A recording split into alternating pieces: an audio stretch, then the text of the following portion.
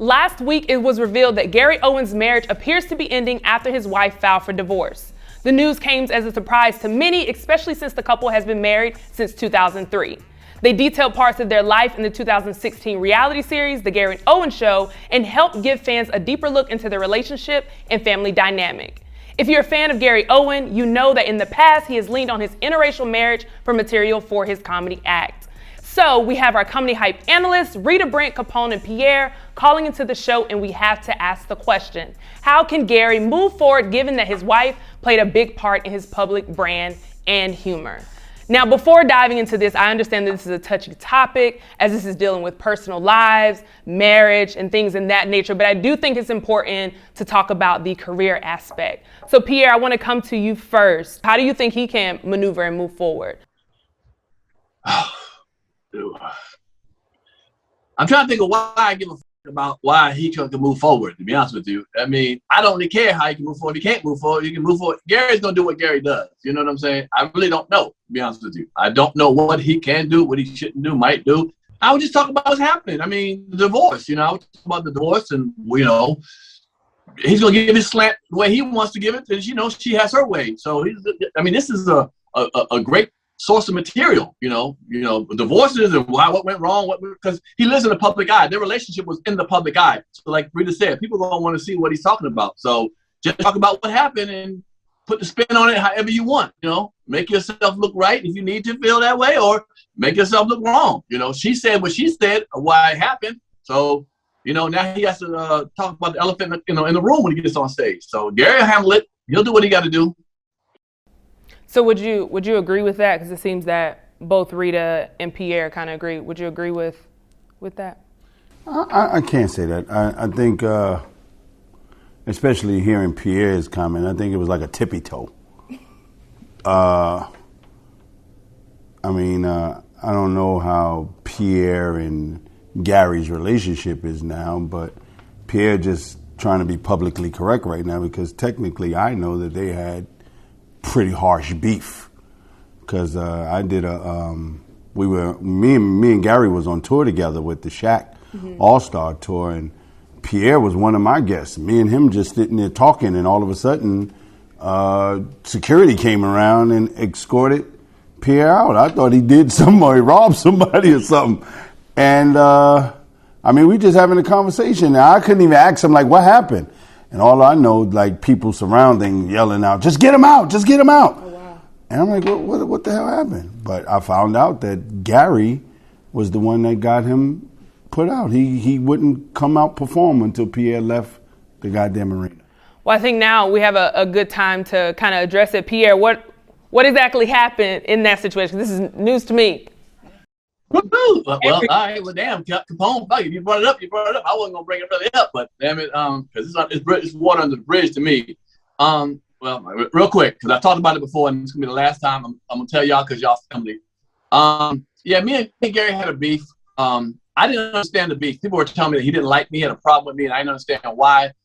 Somebody said, "Oh, he said you're doing the same material," and I'm like, "Well, what do you mean same material? He does the same material." So I believe that's what it was. So I had a couple of times, I started not noticing I was doing some bigger shows. And one time this promoter called me after he put me and Bruce together, and the agency told me we couldn't work together. And I was like, what do you mean me and Bruce can't work together? So, well, they told me. And I was like, hold on. So I called Bruce. Bruce was like, nah, you my boy, we working together. I don't know what the hell. I realized Bruce and Gary had the same manager, the same agency. And I turned around and found out that when I called, that they were trying to kick me off the show. And I found out later on that the agent kicked me off a lot of shows. So if a promoter called and wanted to get Cheryl Underwood and say DL and me, that agent would say, Pierre can't work with none of our clients. Now, none of our clients. I'm like, what? Gary got a beef like that? And so that pissed me off. So I knew Capone was coming in town in Atlanta doing the Shaq All-Star. I said, well, give me the ticket backstage. I want to holler at the boy. So I went back there to holler at him. That's what a G does, a man does, what the hell. And when I went back to holler at him, I couldn't find him. The show had started. And before I knew it, I got escorted out of the venue saying, one of our clients don't want you to be around. I knew who it was. Well, the next day, one of the comics on the show called me and said, man, what's up with you and Gary? And I said, what's up? I said, man, he's tripping. I'm doing the same material, whatever. He said, "Now, son, he told me, man, that you told his wife, because his wife used to do book comedy shows in L.A. So we talked on the phone, but she talked to all the comedians on the phone, and me and her had a good rapport. Me and Kenya, I never had a problem with her. He said, man, that you told his wife that he'd be, hollering at women around, on the road. He's around the road." I was like, "What?" I said, "Repeat that again, so you don't, so I make sure it come out the horse's mouth." He said that you said that you told his wife. She told him that you said that he messes around with women on the road. I said, "Hell no." Anybody who knows me out there, any comedian knows I'm a real G when it comes to that. I don't give a damn who you screw, what you do. You can screw yourself. I don't talk. I don't care. It's not my business. I don't care. I wasn't the most faithful man when I was out there. So I didn't go around and turn around and snitch on him. I had no problem with Gary. So why would I give a about what he does on the road and shit? So I was highly pissed, because then I started hearing people thinking I was like that. That's a sucker move. Anybody know, if you're from the street, you keep your mouth shut. You don't go run back and tell no broad some shit about what another dude's doing. We don't do that. I don't do that. Never done that. Well, finally, I ran into Gary in Atlanta. Kind of came down to something. I couldn't get my hands on him. And something happened. Something broke us apart. Then I ran into him in L.A. And finally in L.A., we sat down. I said, "Let me holler at you, man." And we sat down, and he kind of told me what it was. I said, "Dude, come on now. If you thought I told your wife that, why wouldn't you come to me and tell me that, man? You think I'm a man that's going to talk about your wife? Because you talk about my wife. You tell my wife I'm around the road. Oh, we got a problem, homie. I'm going to come to you." He said he didn't want no problems. I said, "What?" I said, "Hell no, man. That ain't cool, dude." I said, "Man, you should have hollered at me." He said, "Man, I don't know." She came up to me. She said it. Boom. So I said, "All right, well, I never said that, bro." I said, "We cool?" He said, "Yeah, we cool, man." I said, "All right, we can work together." I mean, I ain't got no problem. He said, "You ain't got no problem." How did that affect your career at that time?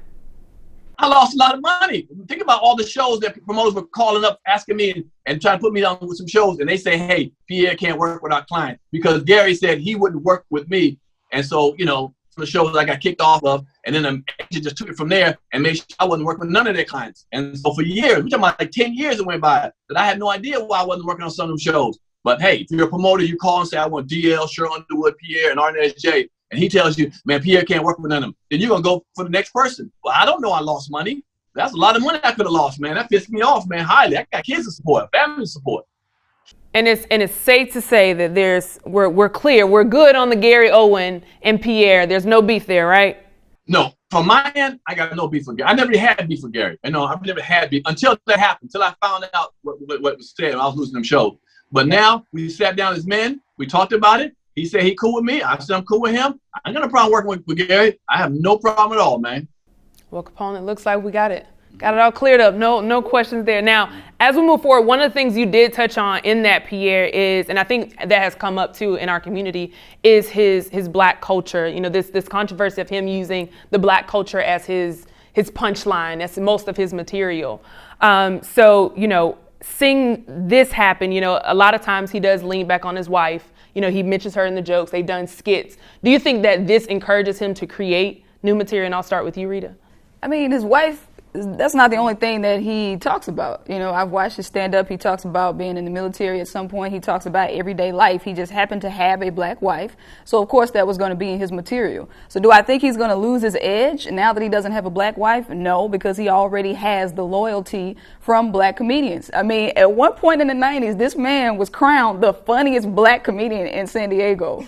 Like, he has spoken about feeling accepted by the black community. He could get time on black stages when he couldn't get it anywhere else. So I think the loyalty is there and the edge is there, and he's not going to suffer at all because he doesn't have a black wife anymore. I think black people still going to rock with him. Capone, what are your thoughts on that? I agree with Rita. First of all, he's funny. And the one thing that I have to give Gary credit for, he never portrays to be black. He's a guy who has been around black experiences, and he puts it out on stage. He doesn't try to act black. He doesn't, he's a white guy. Even when we're backstage, Gary's a white guy. And I have to give him credit for that. There's comedians that I know that try to act black, but not him. And Pierre, last, certainly not least, what are your thoughts on that? Do you think that this will encourage him to write new material? Well, I mean, he should. I mean, he has, a divorce and being in the public eye, and everybody wants to know, like I said earlier, it's an 800-pound gorilla in the room. He should talk about it. We're encouraged. I mean, why would he not talk about it? I think he's he's a comic that's been around long enough to know that this is, a juicy bit of material people want to know about. And so I believe he will delve into it, as well he should. I mean, he's a real comic. He's a comic, why not do it? So I see. Why wouldn't he? He'd be a fool not to. Do you feel that he used black culture to get where he is? Well, Sure. they okayed him. Yeah.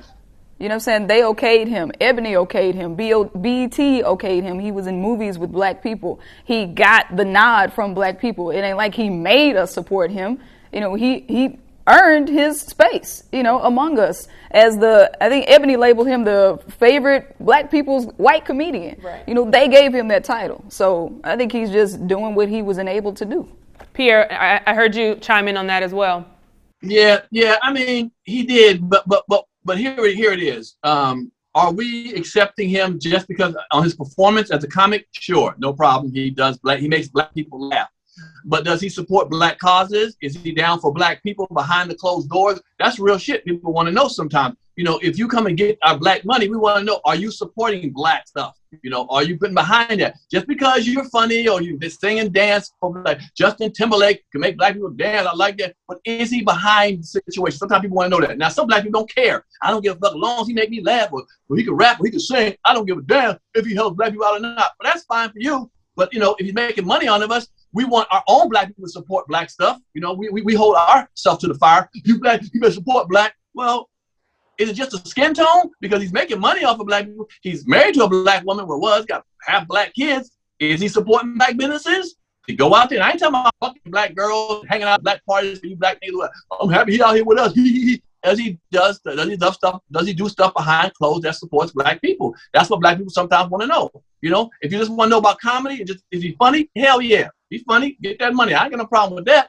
But I think when people wonder, is it a culture vulture? Does he support black people behind closed doors? That's all. And I think that's definitely a fair way to look at it. You know, and I think a lot of people in our community feel that way. You know, just because you have a black wife doesn't necessarily mean you have a black life. You heard from us. Now we want to hear from you in the comments below. How can Gary Owen move forward from this situation? For Comedy Hype News, I'm Symphony Thompson. Do you know the comedy culture? Play Comedy Hype, the game. Out now.